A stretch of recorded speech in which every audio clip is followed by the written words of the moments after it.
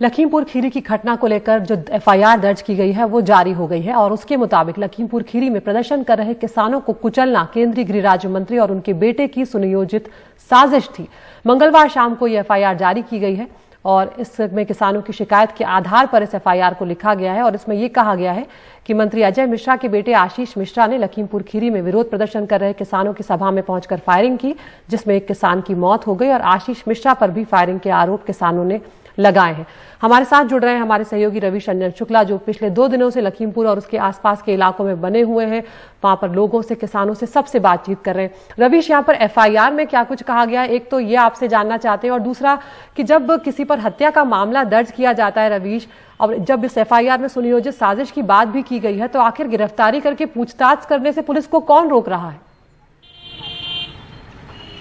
आज देखिए, सबसे बड़ा सवाल यही है कि 302, 304, 120 बी के तहत संगीन धाराओं में मामला दर्ज होने के बावजूद आशीष मिश्रा से गिरफ्तारी की तो दूर की बात है, अभी तक पुलिस ने बुलाकर उनसे पूछताछ तक नहीं की है। तो इसीलिए तमाम तरीके के सवाल उठ रहे हैं। अब जहां तक बात है एफआईआर की, तो एफआईआर में किसानों की शिकायत के आधार पर यह एफआईआर दर्ज की गई है और इसमें इस एफआईआर का लबोलुआब ये है कि जो सबसे पहले आशीष मिश्रा के पिता, जो कि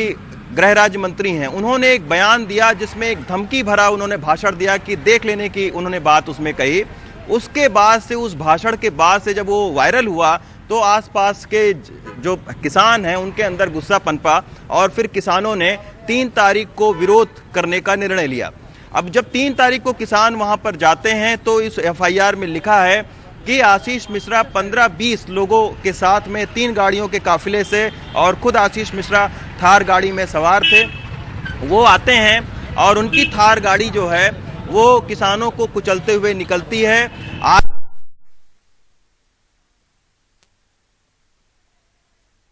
के बाद में आशीष मिश्रा फायरिंग करते हुए वहां से भागते हुए गन्ने के खेत में छिप जाते हैं। उस फायरिंग में किसानों का यह कहना है कि जब वो फायरिंग हुई तो उसमें किसान मारे गए हैं। तो किसानों की शिकायत जो एफआईआर में दर्ज की गई है उसमें यही है कि एमओएस जो हैं, जो उनके पिता हैं, वो और आशीष मिश्रा दोनों की सुनियोजित साजिश के तहत ये पूरी घटना हुई है, जिसमें 4 किसान मारे गए और कई अन्य जख्मी हैं।